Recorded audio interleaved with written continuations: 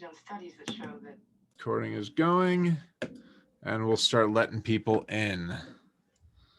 So as people join, welcome everybody. Looks like we've got some people who have been waiting to join us here today to talk about LinkedIn. So it's exciting. We're gonna have a good conversation.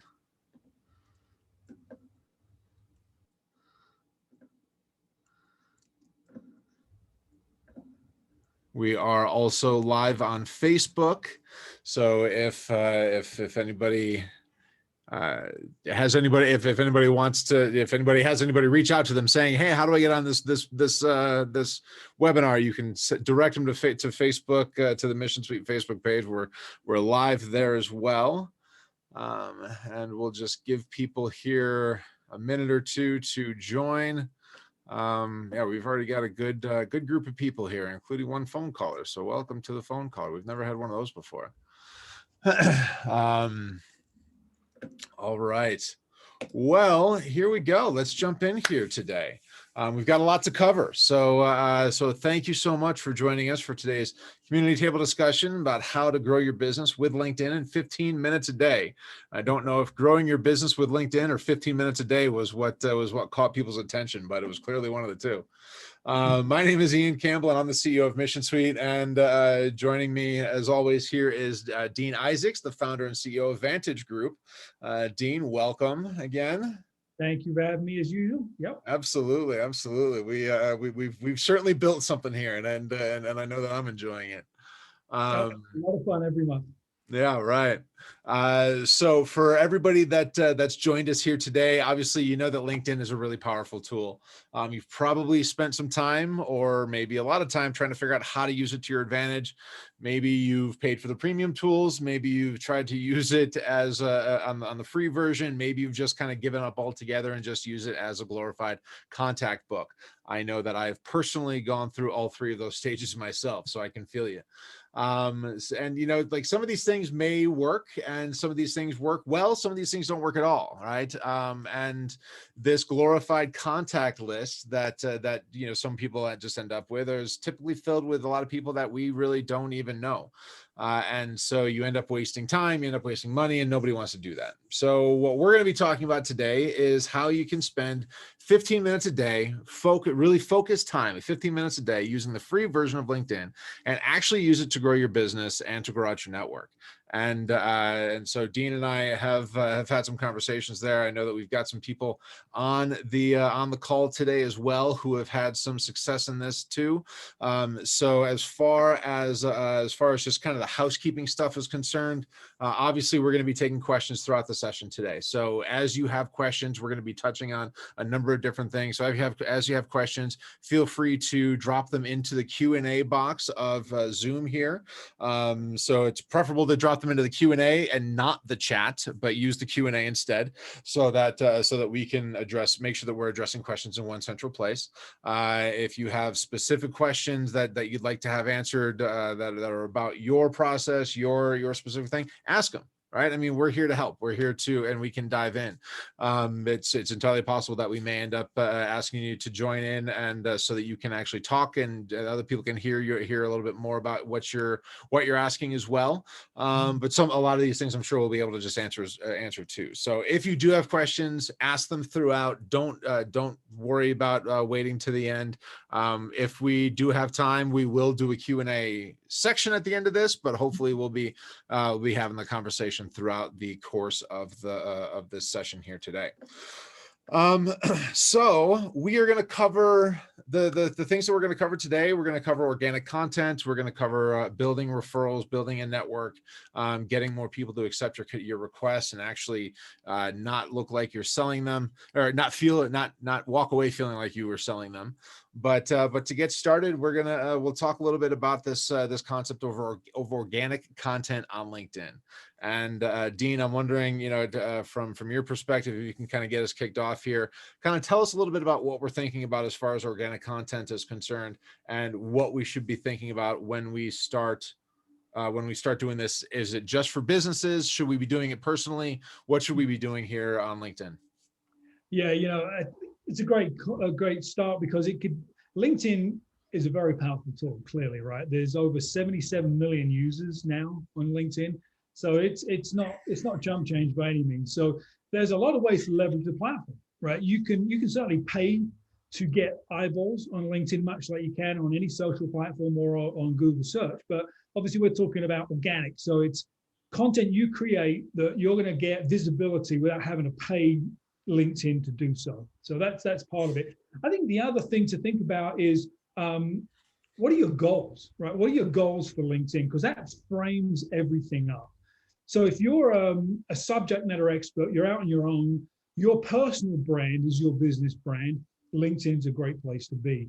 If you're in business development, for example, for a larger company, your personal brand and your business brand are really important. LinkedIn's the place to be. But then you can also divide up your goals from a outcomes perspective. And so if you want to generate leads and you need X number of leads a day, you need X number of leads a week, your strategy on LinkedIn is going to be really different. And I got to tell you, it's going to take more than 15 minutes and the free tools, right? So that's not a conversation for today. So if you're all about just lead gen, I need a high volume of leads, then you're going to still learn a lot today, but we're only going to touch on a few things that you need to, in addition to the things you need to do. So paying for Sales Navigator and maybe an automation tool to do outbound messaging. Those are things you need to look into. We're not going to talk about that today. We're just going to talk about how to really expand your reach. But the outcomes of expanding your reach can be inbound leads, right? It can be expanding your sphere of influence, establishing yourself as an expert in a particular market or area or industry. So I would say get really clear on what you expect out of your efforts. Mm-hmm. If it's lead gen, it's one thing. If it's all those other things, then we've got a lot of things that we can talk about today. I will also say we're not going to get to everything, right? There's so many tips and tricks and strategies and tactics for LinkedIn that we're probably just going to hit the high level. And I know that some folks on the call, as you mentioned, are finding some success on LinkedIn. So I have no doubt we can all weigh in and add some more ideas. So I just want to sort of cover those things, because if you really want to focus on content that drives you being an expert or being perceived as an expert, that's really content, right? If you want to drive one-on-one conversations, that's a sort of a different set of tactics as well. And so we're going to cover some of each, but not necessarily just lead gen, because we've all been sold to, right? We've all been sold to on LinkedIn. I think about LinkedIn much like a networking event, right? When we could go to networking events, you wouldn't just roll into a room and say, "Hey, Ian, I know all about CRM platforms. We work with clients like you. Buy stuff from me," right? But that's the typical message we get on LinkedIn. We know all about you. They looked at your headline and your profile. They assume they know everything about you, and then they sell you stuff. Right. Well, it doesn't work in real world, and it doesn't work on LinkedIn. So we're going to deal with some of those strategies as well. So anyway, I wanted to get some of those sort of comments out there. So back to your question about organic content. There are a lot. I think this is probably the biggest hurdle most people deal with when it comes to social media, in particular LinkedIn. What content do I need to produce? How often do I need to produce it? Do I need to do videos? I'm really afraid to get in front of the camera. I don't know how to create a nice looking image. How do I do that? Can I just repost Forbes articles with a comment? What kind of content do I need? So I think there are two pieces to that consideration. One is, do you have the time and bandwidth to create your own content? And you can do it quickly, efficiently, and inexpensively. But secondly, and I think probably more importantly, is what kind of content does LinkedIn's algorithm like right now, right? So it changes over time. And the most recent studies show that the LinkedIn algorithm displays your content to more people if it looks and feels like a certain way. So for example, they do like video content. Video that you upload to LinkedIn, not a external link to YouTube, but an uploaded video file to LinkedIn. So when you post LinkedIn content, video content on LinkedIn, the algorithm likes that, and it's going to show it to more people. They like longer form content, they have a thing called dwell time. And dwell time means how long does somebody dwell, hang out, looking at your stuff. So if I can read your post in 3 or 4 seconds, the dwell time is very low. But if I use 1,000 characters in my text post, the dwell time is much higher. So the longer the dwell time, the more it thinks that your content is relevant and the more people it shows. And so when you start to think about content, you have to think about the type of content too, not just the subject matter as well. So let me just ask a quick question there, because that's an interesting point.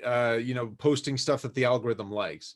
So for agencies and whatnot, they have people that are just focused and really dialed in on getting to know, doing testing and measuring, and really diving in to find out what the algorithm likes.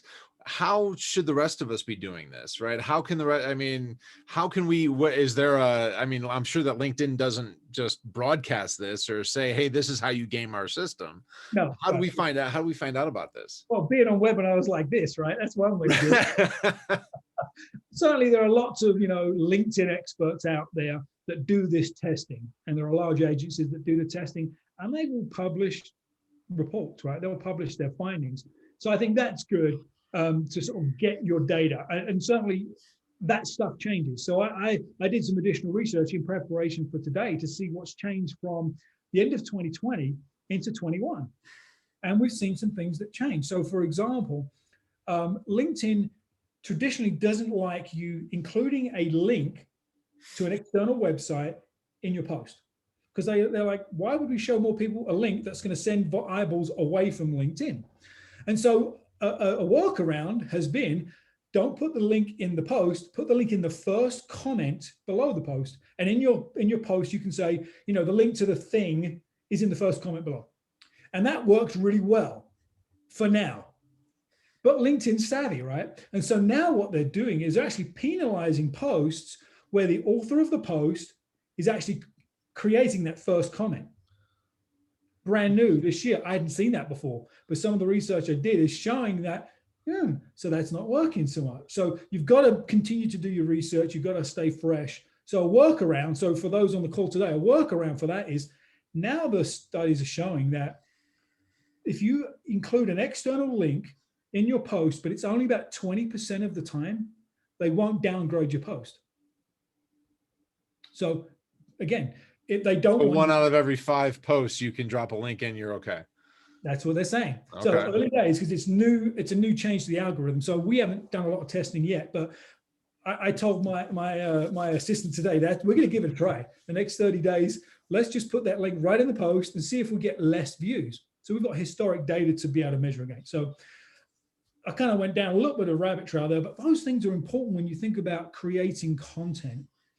But if we take a sort of step back, I think the paralysis analysis kicks in around 2 or 3 things. One is, what the heck do I post about, regardless of what the format is? What do I say? That's one, and I've got some ideas for you there. And the other is, how often?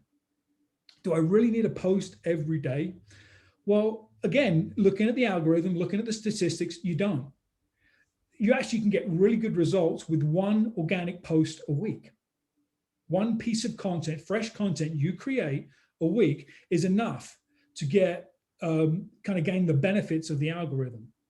But consistency and frequency matter. So frequency is once a week. Consistency means every single week. Mm-hmm. So if you start missing a week or 2, their algorithm will actually penalize you. So the sweet spot for a lot of the business owners and people I speak to is once a week, every week without fail. So all of a sudden it becomes a little more manageable, right? I can do 1 a week, but then you want to offset that with comments. So I think of a 5-to-1 ratio, 5 comments on other people's posts to 1 fresh piece of content you post, 1 original piece of content you post. So we're not talking about just posting Forbes articles, right? We're talking about creating something, building something like something out. Original content. Yeah, original content. So now all of a sudden, you only have to create 1 piece a week or 4 a month, right? Mm-hmm. You can probably do that in a pretty reasonable amount of time. But then you supplement that by commenting other people's posts. So the goal, if one of your goals, again, go back to goals, is to expand your brand reach, be seen as an expert, be just top of mind with your network. Commenting on other people's goals can really, other people's posts can really help, because especially if you focus on content creators that are reaching the audience that you want to reach. So back to that efficiency of 15 minutes a day, being really conscious of the post that you comment on can have a big impact. Because if, let's say, there's a content creator that gets 300 or 400 comments on their post, and you post a comment as well, everybody that's commented, unless they've opted out, can see your comment. So you get to expand your brand reach into their network in literally a couple of minutes. It doesn't take any time to make a comment.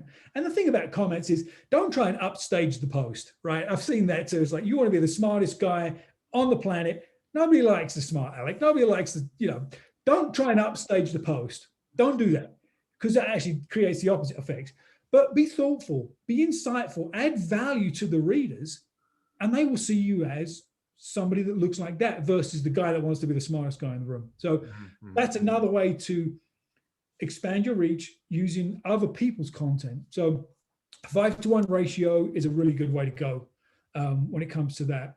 We've talked about some of the content types: video, long form, text, and so forth, to maximize dwell time. But the other part that I don't know if you struggle with this, Ian, but I know sometimes I'm like, I've got lots to say, but I don't know what to say. Yeah. Right. And Google, until you get me talking, and then you kind of shut me up, exactly. right? Well, you're like looking at that blank Word document, like, what Right. am I going to write? So a really good trick, tip, hack, whatever you want to call it, to figure out stuff to write about is, don't Google something. So if you Google your industry, if you just Google, let's say, I don't know, residential real estate, right? It's going crazy in Denver right now. So if you just Googled something about residential real estate, what you're going to get in your search results are terms of that Google's search likes, not what's popular to the reader. It's it's a post or an article that's been optimized for Google search. It doesn't help you. You want to know what's popular content to create your content around. So instead of going to Google, go to YouTube, right? YouTube's the second largest search engine on the planet. And so you can search a term, in an industry term, in YouTube, and you get a whole bunch of results, millions of videos. But then if you go to the top left-hand corner, right above the search results in YouTube, you can actually click on filter, and it pops up a whole new window. And then what you do is you sort the results by views. So then it shows the most popular videos at the top of the list based on the search term that you put in there. And that's the stuff that people care about. That's the stuff that people are viewing and wanting to learn more about. You've probably got more content out of that list than you know what to do with. So search your industry, search industry terms on YouTube, filter, rank or sort by views, and you'll have plenty of ideas. So it's a great way to get that content brain moving. Right. So we have a couple questions here specific to this part of the conversation. So Danielle is asking for the weekly post. Should this be an actual post, or can it be a LinkedIn article, like an article style post, that the right article, or whatever you want to call it? And she's wondering if the algorithm sees these as being different, or have you had anything about that? Yeah, so I think in general, just fresh, relevant content, regardless of the format. If you're actually going to create an article post, that's not a regular post, right? You're actually writing an article that can give you reach, a different type of reach, because you're gonna optimize that article for those key terms, and people that are looking for articles around those key terms will see your content. A long form article can be actually really easy, because if you're already creating blog posts, you've got 90% of the work done. Right. And so for your audience and for your sort of area of expertise, try both. Try one as just a long form text, and try one as an actual article structure, and see what gets the best reach. LinkedIn likes dwell time, right? We've talked about it. So I haven't tested the difference between the two, but I would say articles probably get better reach for some key terms. Uh, so the second question here is from Doug. So outside of commenting on your post specifically, how long should he be going through his feed to find something that's actually worthy of commenting on? And I'll tack on to that. Is there a way? And I think I know the answer to. Well, I know the answer to this, and I'm excited to talk about this. Is there a way to find stuff that is worth actually commenting on? Yeah. So if our constraint is 15 minutes a day, Mm-hmm. right? Don't spend more than just a few looking for stuff, right? So again, the algorithm will show you more content of the people you comment on. The more you interact with their post, the more LinkedIn will show you more of their stuff. And so the assumption is if you found some good posters and you've commented, you'll start to see that more frequently in your feed. So that makes it really easy. But all right, I'll let you jump in here. What's your little tip on this? So I was wondering if you used the LinkedIn hashtags at all, Yeah, because that's what I was, in preparation for our conversation today. I was looking through some of my LinkedIn stuff, and of course, after getting rid of the friend requests in my network of the guy in India who says that he liked the connections that we have in common, yeah, I would say they have those hashtags that I can follow, and yeah, so looking at them, the things like innovation, social entrepreneurship, digital marketing, social media, hiring and promotion, human resources, things like that, things that I've engaged with in some way and are following. So now I can go to that, and this is all under the My Network tab, where you can find on the left side the hashtags that you're following, and then you can go in and it'll filter those lists down so you can actually just kind of comment on things that way. yeah. So I think the hashtags are great, right? They can push content to you that you care about. Mm-hmm. But there are kind of, I think, two layers to that. So if you did a more general, like innovation, right? That could be so many different Yeah. things. And again, if we're trying to get in front of the right audience, I would want to filter that to the next layer and say, who's posting that stuff? And are they posting and attracting the audience that I want to interact with? Mm-hmm. So you've got a hashtag for just general content or direction. And then you've got the individuals that we know we want to align with. The other piece, and you mentioned it, is following. So LinkedIn now, you can obviously connect with people, but you can also follow people. And so what I've done is I've created a pretty extensive list of people I follow that they're not going to accept my request, right? They're already at 30,000. They can't accept any more connections. Richard Branson and Gary Vee and all those guys. But you can follow them so you can still start to get their content. So if you find people that you love their stuff, follow their hashtags, or grab their hashtags and make sure you're keeping an eye on those, but follow their profile and you'll also get sent that content too. So it doesn't take a lot of time for the LinkedIn algorithm from a sort of a consuming content side to realize this is the stuff you like. This is the stuff we're going to show you. Right. So let's talk a little bit about, because again, we can go there. This is a massive subject, so we can talk a lot about that. But I think we've definitely kind of touched on this concept of creating a plan, an actual plan, and maybe at some point we can do one of these sessions that details out kind of a step-by-step process of creating your own plan.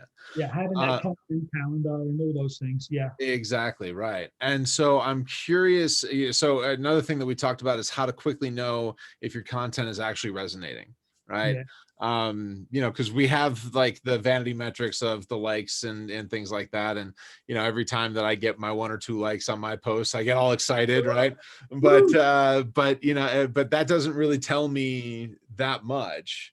Right. Is there more that I can get from this? Is there how do I know if, okay, Yeah. this lands, this doesn't? Yeah, for sure. So just one thing, because if I don't say it now, I'll forget it. Hootsuite and Canva. Let's come back to those at the end in terms of content creation and posting. So everybody on the call, write down Hootsuite and Canva. If we don't say it, remind us before we end. Right. All right. So one of the best ways to figure out what content's landing, what content resonates, is just simply clicking on. So if you go to your profile, you go to your posts. I'm doing it as I'm looking at the screen here. You can see all your activity. Click on the post button, and at the bottom of all your posts, there's a little thing that says view your post. and it shows you how many views of all the content you've posted, right? So it's view, and once you click on that, it brings up this whole window. And I guess we could share screen, but we won't do that for today. And once you've clicked on that number, that little hyperlink, it brings up a window that shows who has looked at your stuff, right? It doesn't say the name, unfortunately, but it will say the name of the company and how many people from that company have looked at it. It will show the titles, the job titles of the people that have looked at your stuff. It will show the geographic location of the people that looked at your stuff. So that's huge right off the bat, right? Am I attracting the right roles of the right kind of companies? And if I care about geography, it's there too.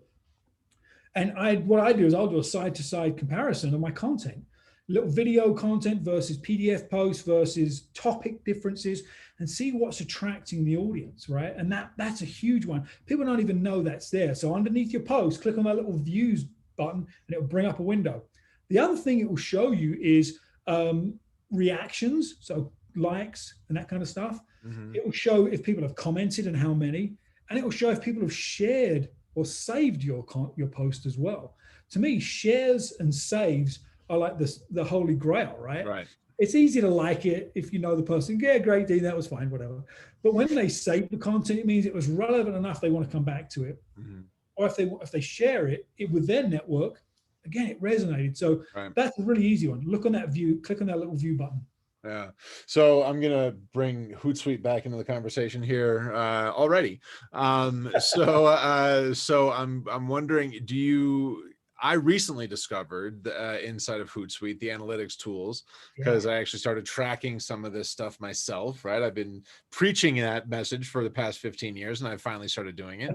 But I'm curious, from your perspective, should we be using more outside tools to be doing this, or just looking at the views and the shares and whatnot, is that enough to give us the information that we need without having to pay for another resource? It really depends on your time and your goals and all the things we've already talked about. You can get a free Hootsuite account. I think you can connect to 1 or 2 different social profiles for free, and you get all that analytics. The thing about Hootsuite that's really powerful, especially when we're talking about 15 minutes a day, right? Is how do you batch your work and your time? So if you spend, I don't know, an hour creating some content for your week or for your month, now you've got to remember, oh man, am I posting that on Mondays at 2 or Wednesdays at 4? What am I doing? With a platform like Hootsuite, you can go in and pre-post, pre-schedule your post. You can post a month out if you want, it doesn't matter. And once it's ready and teed up, it just goes out automatically, it's done, and you get all the analytics as well. So there are some benefits to using an outside tool like that. Don't have to. It may give you a little more advantage in terms of some deeper analytics, but if we're talking free, quick, keep it simple, you can stick it in. I do like the scheduling ability with Hootsuite, because if you've created content, why don't you share it on other platforms too, right? Right. Right. Whatever platforms make sense. And you can do all of that through a platform like Hootsuite. Yeah. So, and just so that, so that we kind of address this really quickly.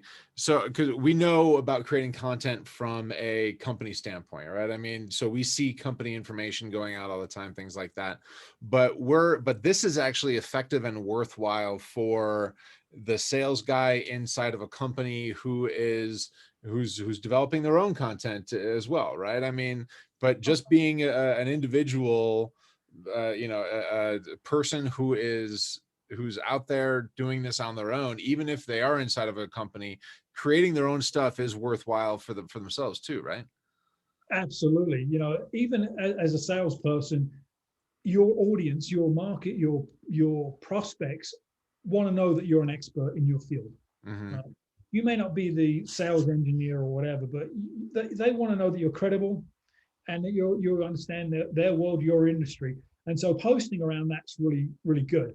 But I think there is another part to, a lot of content that we see on LinkedIn is like the how-tos, the tips and the tricks, all that kind of stuff. The other is opinion. Believe it or not, opinion pieces get a lot of traction, right? Whether people agree or disagree with your opinion. Because there's always going to be at least someone who disagrees, right? Right, exactly. So, as an individual salesperson, put out your opinion of the state of the industry or a state of a particular technology or things that you care about or innovation that you're seeing that can impact your market. So I think it's both, because the algorithm doesn't necessarily care if you're posting from your company branded page or your individual profile page, right? So the Vantage Group or the Mission Suite page versus the Dean or Ian page, it doesn't care. But what it does like is when you've got multiple people from the same company reposting the content. So you can do all that stuff, right? The corporate created stuff. But I do think that part of our value as people is our network, our individual personal network, and how we add value to that network. So use LinkedIn or whichever platform you want to be able to add value. I will say, if you're an employee, be really conscious and clear on what your company's social media policies are as well. That can get you into some sticky stuff if you say the wrong thing and it represents the company the wrong way. So just a word of caution, if you're an employee, especially for bigger companies, be really clear on what the social media policy is before you get out or start and flapping your gums, you know. That's good advice. Good advice, really globally good advice. Yeah, right. Irrespective of the situation. Yeah, so we've got a couple really interesting questions here. First of all, from Julie. So Julie's a recruiter, and she's asking, is posting a job considering creating content? No, not directly. So if you create depends on how you post the job. Caveat, right?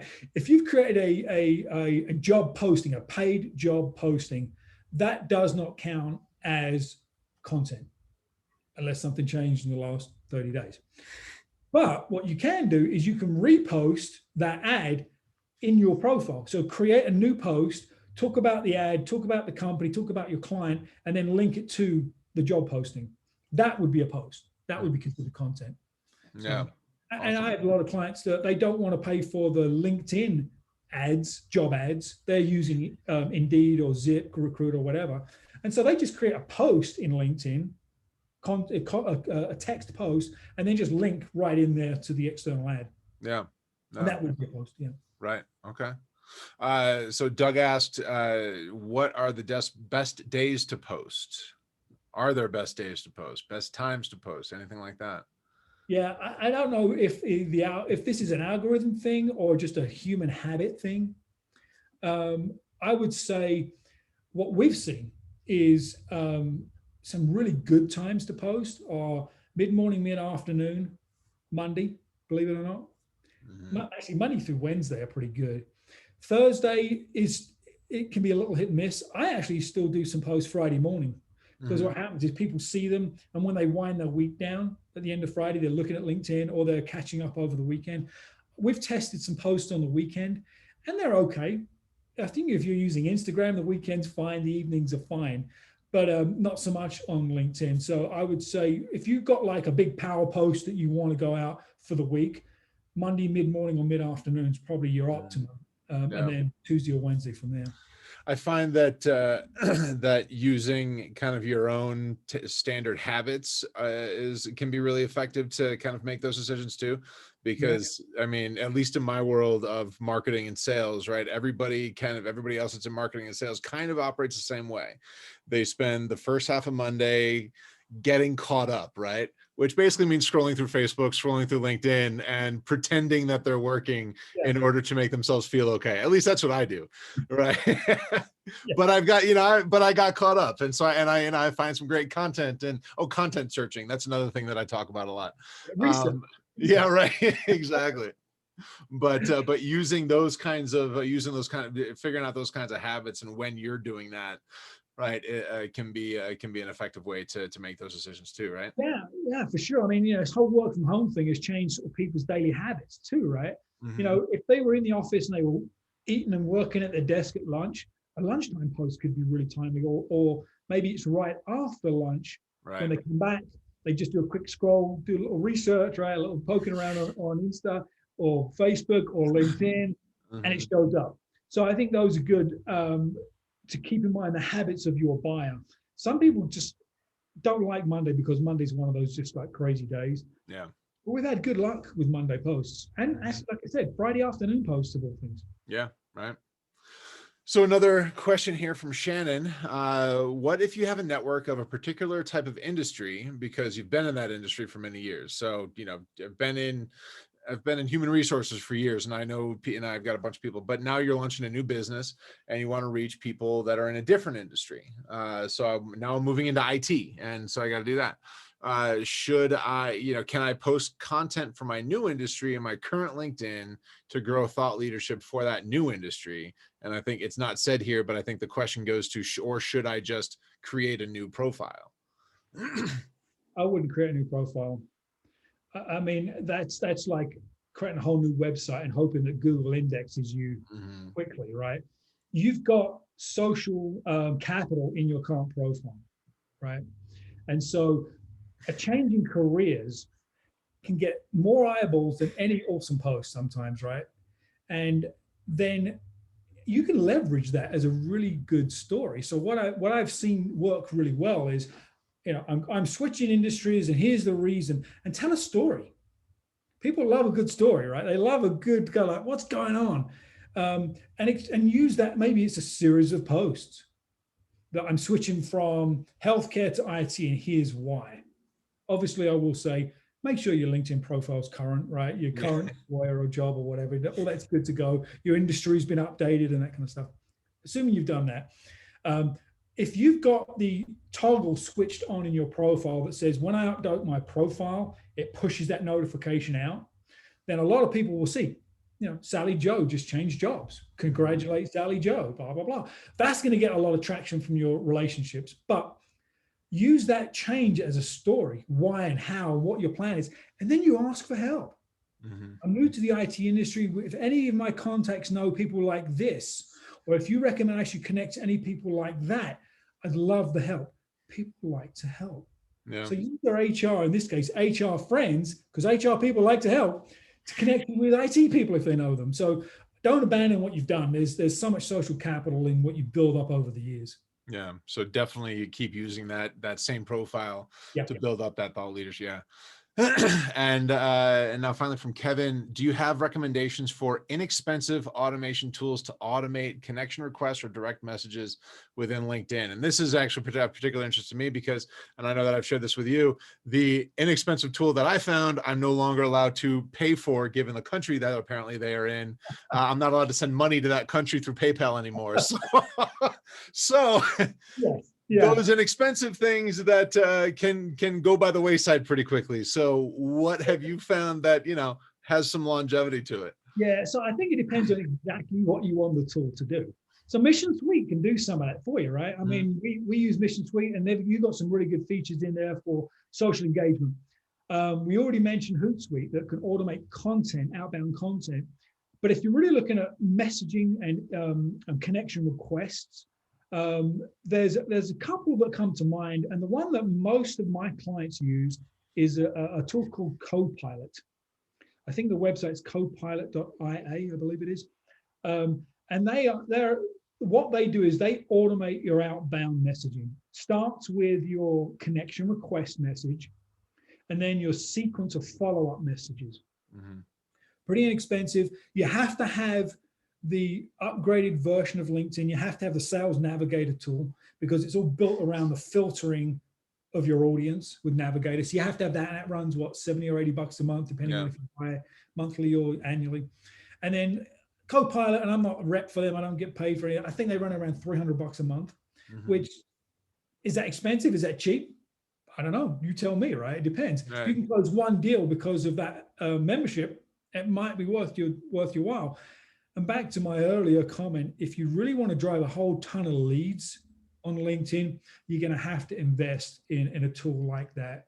Cliently, I think Cliently is the other one that I've got one client I know that uses Cliently, and that has a whole bunch of like email, messaging tools as well. But check out Copilot, and you can set it up in a couple of different ways. You can have, it's all based on your profile. So if your profile, you want to run 2 different campaigns to do 2 different target audiences, you can do that with 2 sets of messaging.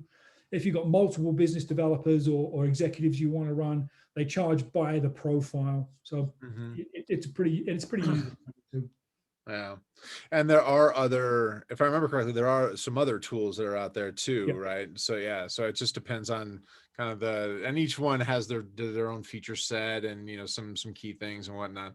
So yeah. it's just really, yeah, nice thing about Copilot is that it does have that inbox feature that kind of manages everything for you, right? Yeah, there's a really good dashboard. There's a good inbox fit. There's a little bit of IA in there, Right. or AI, I should say, that sort of like assumes based on the person's response if they're interested or not. So some Hmm. filtering. Yeah, it's like I said, it's pretty user friendly, and in the scheme of things, I think it's pretty inexpensive. If LinkedIn is going to be a really dedicated lead gen channel, Hmm. you Yeah. definitely need to find a messaging automation tool. And Some, there's lots out there. I can only speak to Copilot because that's right. one that most of my clients use. Sure. So we have a question here, and I don't know the answer to this actually, but I don't know if if you can use Salesforce to schedule LinkedIn posts. I don't think they have that, but I That's a good don't. question. I mean, I'd have to look at all my competition documents to to see, So but I don't know that. I don't know if they do or not. what I'm going to, I don't know if you can do direct Salesforce to LinkedIn connection, but there are lots of marketing and sales automation tools that have APIs to Hmm. Salesforce that probably connect to LinkedIn as well. So you may Right. have to kind of do one of those sort of like three-way deals to get it to Mhm. work. But I've never heard anybody using direct Salesforce to LinkedIn. Again, the Salesforce, what do they call it? The App Store or whatever is Yeah. massive. Right. So Right. I couldn't speak directly to that. Yeah. Yeah. That's probably something worth looking into if you're using Salesforce. Yeah, I would imagine there's something out. There's some workaround, I would imagine. So it's Yeah. so Something in the app exchange. So and you can I mean yeah, so there are, I mean, so Stacy here mentions that there's, Keep, HubSpot do social posting, as you mentioned, Mission Suite does it. Zoho, I think, has a tool for it as well. So yeah, I mean, there are a bunch of great platforms out there that do that social posting for that will kind of manage that outbound social posting, yeah, for sure. So it's worth exploring with whatever you're using, and if it's not working, then look at the other tools that might be able to integrate with it. yeah, for sure. If you're already invested in a marketing automation tool, then there's a good likelihood that there's something there. Right, exactly. So what else should we know about content on LinkedIn? This has been a great conversation so far. Yeah. Um, I mentioned the kind of the mix of the how-to sort of thought leadership stuff and the opinion pieces. The Hmm. other thing that we want to do is we want to create content that gets views. And again, if it gets interactions, it will get more views. And so by asking people's opinion on something, take a stand, have your own opinion and ask people's opinions can be a really good way to get more interaction, which gets more Hmm. eyeballs. Of Yeah. course, there are polls. And they sort of swung into favor. And I don't see as many of those right now, but you can create a poll and get Hmm. interactions that way. So I think they're just mixing it up is important, but then also being aware of what the results are, and kind of looking at your views, looking at all of the things that we've talked to, the analytics that we've talked about, and stay focused. But beyond all of that stuff, be consistent. Right. This Absolutely. really is the key. Yeah. Absolutely. Very Yeah. nice. I don't know if tagging, I don't know, we haven't touched on that. It's another way tagging people in a post Right. can Yeah. be effective, but it can also be annoying, right? If Right. you're being tagged and you're like, well, what the heck is this? But when you tag people in a post and they interact with the post, Hmm. Google algorithm likes that. Yep. The LinkedIn algorithm likes that. They're going to show it to more people. Yeah. But there is this sort of like tag hijacking thing where you could tag like a Gary V or I don't know, a Brendan Bush, a big brand, right? And Right. they don't know you, they're never going to react. But there's this sort of like value by association where they say, oh, you tagged such and such, that you must be important too. Right. So, you can kind of play that tagging game, but if you can get people to interact that you tagged, it can Right. improve reviews as well. Absolutely, and that's actually we had Shay Phelan on our community table back in October talking about LinkedIn, and excuse me, he had just he'd been doing a lot of work with tagging, and so he would post something, make some sort of a statement, make some sort of a comment, and and he tagged me. And so I responded, and it just so happened to be something that you and I had just talked about. So I tagged you, and I'm like, oh yeah, Dean, we just literally just talked about this. Shay, I think Shay would probably like your opinion too, right? And Yeah. so, those types of things. Yeah, right. And it blew up. And every time that if you comment on it or I comment on it, that means that your contacts on LinkedIn see his post. My contacts on LinkedIn see his post, which means that he gets that many more views on it. And now it's a whole different game. Yeah, it can be really good. It can be a little cheesy if you don't know the person you're tagging, but Right. most of the time you do, and you're Mm-hmm. interacting with that person too. So it can be a good tool. Yeah. Yeah, absolutely. So they used to be able to actually tag your contacts yourself, so that I could do a quick filter search for people who were tagged as San Diego contacts or Denver contacts, what have you. Yeah. When Microsoft bought them, that went into the premium world, right? Yeah. Have you found another way to be able to kind of tag people that way, so that for like a quick view of, oh, these are people that I should be following or commenting on or anything like that? Or is it really just Sales Navigator that does that now?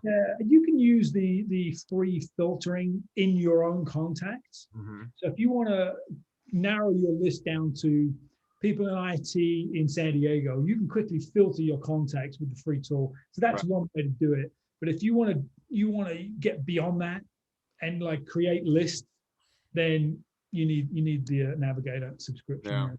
Yeah. Right. All right. Awesome. Very nice, very nice. So we talked we were talking a little bit about some of the other things that we wanted to make sure that we touched on, and a lot of that involves outreach. And I feel like that's a longer conversation than we have than the 10 minutes that we have. So I think we're gonna have to push that here. But in the meantime, we had talked about, in fact, just before this, we had talked about the difference between the mobile app and the desktop app, and Yeah. some of the different features that are available, because this actually does go right into to kind of pull right back into the content aspect of it, right? Because now I've seen LinkedIn stories, I've seen I've seen all sorts of things that I had, like LinkedIn live videos, all sorts of things that I didn't know were there before. So what is available on the LinkedIn mobile app that we should know about that might make this whole content creation thing, once a week content creation thing, that much easier? Yes, the whole mobile app. It's like this hidden gem. There's some features in there that don't exist on the desktop app, and to some degree, vice versa, right? So when you would do a connection request on the desktop app, you had the option to do a custom note. You couldn't do that on the mobile app for a long time, but you can now. So Okay. that's sort of a level playing field. But the things that I think, two or three things in the few minutes we've got. The usage of LinkedIn, so just conversations alone on LinkedIn went up 55% last year. So the amount of engagement on the platform has gone up 55%, and it's over 700 million users. So when you say conversations, are we talking about messages back and forth? Or are we talking about conversations on posts, or both? Engagement on posts primarily. Okay. Is what I'm talking about. So the point is just there's a lot of competition for your attention, you as a receiver of information, right? So what can we do to stand above the crowd? I use my analogy at the beginning of the call, where you would never go into a networking room and say, I know you, you don't know me, but I know all about you, buy my stuff, right? It doesn't work. But we know that we get tons of that garbage in our inbox, in our messaging, right? So one way to stand out above the crowd and leverage a tool on the mobile app that doesn't exist on the desktop app is voice messages. So if you pull up the messaging feature right top right-hand corner of your mobile app, and you click on that, it brings up a list of your contacts. You can find the person you want to message. Another text message, I mean, is that really going to move the dial? Maybe, maybe not. It's just going to be noise, right, in the mix of all the other stuff. But you can now record, I think it's between 20 and 60-second voice message right in the app. So part of this engagement is personalization. So if Ian, if you're a prospect, a target of mine, I'm actually going to spend some time trying to get to know you, going on your profile, going on your website, learning something about what we have in common, something to connect us. Maybe you've already accepted my connection request. And then I want to do a follow-up. I don't want it to feel like a sales pitch. Do a little voice message. And so when I open up my messages, I see all these messages from the ones that really stand out are these voice messages. Click on the button. Hey, Ian, Dean Isaacs, I saw such and such, thought such and such. Just wanted to share that with you. Done. Send it off. Takes less time than typing out the same message. Yeah, right. But it stands out in this list of just text messages in LinkedIn. So that's a really, really powerful tool on the mobile app. You can actually do video messaging too. Now, I'm not talking in-mail, I'm talking messages. And you can actually use your phone's camera, or you can use like the Zoom and Microsoft Teams. You can connect to those accounts and do your recording through that, but it's all right in the app. So you can send a little personalized message. Now, what you can also do is you can create a quick video, upload it to YouTube, grab that link and post it in the... Don't do all that. You don't need to. You can do it right in the app. Plus, I don't have to feel weird about clicking on this external link and I'm not sure what's going to happen. Even if it has a YouTube thumbnail, it could be anything, right? Right. So I think those are two powerful tools in the mobile app that don't exist on the desktop app. Right, right. And is there are there ways to use that from and obviously that's from messaging, but what are some of the ways that we can use that from a content standpoint too? Because because like I said, if we're using those types of things, first of all, is LinkedIn Live available for everybody now, or is it still just a kind of a targeted thing? I think it's available for everybody. I would have to check on that, but the lives are actually getting like 400% more engagement than just standard video posts. So that's another mobile app feature that's really easy to use, because obviously you've got your camera built right into it. So those are two really good features. Another one, once we actually get back out into the public, and we start networking again, we can still feel good about shuffling business cards and handing business. Like, who touched that? So you don't have to worry about that anymore, because the LinkedIn mobile app has a QR code reader. So, and this is something we've all looked at. If you have the LinkedIn app, I can almost guarantee you've seen the feature and didn't even know it existed. So it's in the you can't see my screen, but in the search bar in the mobile app, there's this funny looking square thing. Click on that in the search bar and it brings up the QR code reader. Okay. And so there are two tabs, scan and my code. So if you want to scan somebody's code, have them pull up the mobile app, click on it, then they would click on the my code and it brings up the QR code. And then you would click on the scan and literally just scan the QR code. So now you don't have to worry about COVID-infested business cards, right? I don't mean to, make light of COVID, but it's the reality, right? We're going to network. We're going to try and social distance for a while. So don't worry about business cards. You can just scan their LinkedIn application right from the mobile app. It's something that a lot of people don't even know about. Right. It's so easy to do. So that's another thing. Yeah, and that's funny too, because obviously we've all gotten to know QR codes quite a bit better over the course of the past year, right?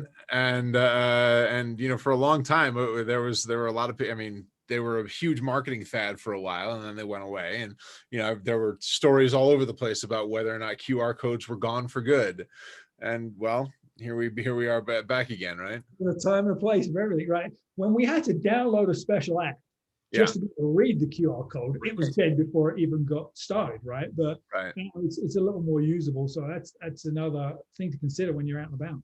Very nice. Very nice. Ah, that's great. That's great. So I want to open up if anybody has any specific questions, anything else that we want to make sure that we touch on here that maybe we didn't answer through the course of this of our conversation. This has been hugely interesting, and we've obviously had a bunch of questions already come through here. So I'm wondering, just from a perspective of just last thoughts, right? Like what should people know specifically when it comes to, so I'm going to ask you this in two ways. I'm going to ask you this twice over. First of all, in creating a plan, what Yep. should people know? What should people take away from this? Okay. Don't bite off more than you can chew, right? One post a week with a few comments and some interactions is enough to start to build your reach on LinkedIn. Because we talked about consistency. So if you say, oh, I'm going to do 3 posts, 3, fresh content posts a week, and that lasts 3 weeks, you're going to get penalized. Right. The LinkedIn algorithm. So pick your goal. Know if one post is going to be enough, stick with that. So consistency is really important. And then don't overthink the content. Right? I think we all get in that mode. We overthink our content. Even if it's you literally get in front of your phone and you talk into the phone for 30 seconds and you upload it. Yeah. Get started. Start posting stuff. And then mix it up. Don't make it all invitations to webinars or all how-tos or all quotes from Sun Tzu, right? Mix it up. Mix it up. Have some fun with it. Think about what would you like to have known back in your day when you were learning the ropes in your career. What information would you like to have known then that you know now? Right. Share that. Somebody's going to get some value from that. Yeah. Or like, what are you learning now? Right. I mean, if you're at the beginning of your career, if you're just getting going, right. What are the things that you're learning every day that, or every week that are, oh, you know what, this is really cool. And and everybody should know this. Right. Absolutely. Yeah. Very nice. Very nice. And so, in contrast to not overthinking, what should we be taking away as we're looking at analyzing the effectiveness of our posts and of the plan and when we need to make changes and things like that? Yeah. I would say look at the analytics. Start there, because wherever you are is wherever you are today, right? Good or bad, there is no good or bad. It's just where you are. So keep track of that stuff and try new content, try new different mediums that we've talked about, and see what resonates. And you get a little extra view bump on something. Try and understand how that happened, why that happened. We've obviously had a great interest in LinkedIn today. That's also right. We realize that's a topic of interest to our audience. Yeah. We could talk about something next week or next month that doesn't. So just be conscious of that. And I would say also, don't get overly hung up on the vanity metrics. Right. Where we are beholden to the LinkedIn algorithm for views, but you got to have views to get interactions and engagement. But sometimes your stuff will just be awesome. Other times it just won't. And that doesn't matter. It's that consistency of doing it over and over and over again. It's a channel that's not going away. So figure out a way to schedule your time, your 15 minutes a day. Right. To be on the platform, and don't get into scrolling mode. That's another 15 minutes for a different day, right? The 15 minutes we've talked about is productive, executing on your plan. So I'd say just be conscious of that. Awesome. Well, this has been great. This has been a lot of fun. And like Dean forecasted at the beginning of this, we did not make it through everything, right? So we are definitely going to be doing a follow-up on this, whether it's next month or the month after. We'll definitely be following up, because there is more that we promised you that we want to make sure that we're giving you. So keep an eye out for more invitations from us. There's nothing wrong with a good webinar invitation on LinkedIn. So don't shy away from them too much. You don't do only invitations, right? Yeah, right. Exactly. Right. But with that, I will say thank you all for joining us today. Dean, thanks so much for your education and your insight here. And I am looking forward to seeing where this goes next month too. Yeah, absolutely. It was always fun. So if you need to generate referrals, join our next LinkedIn LinkedIn presentation. We're going to be talking about that. So just a little plug. Absolutely. Perfect. Okay, guys, good seeing you. Thanks, everybody. Cheers. Yeah. Bye-bye.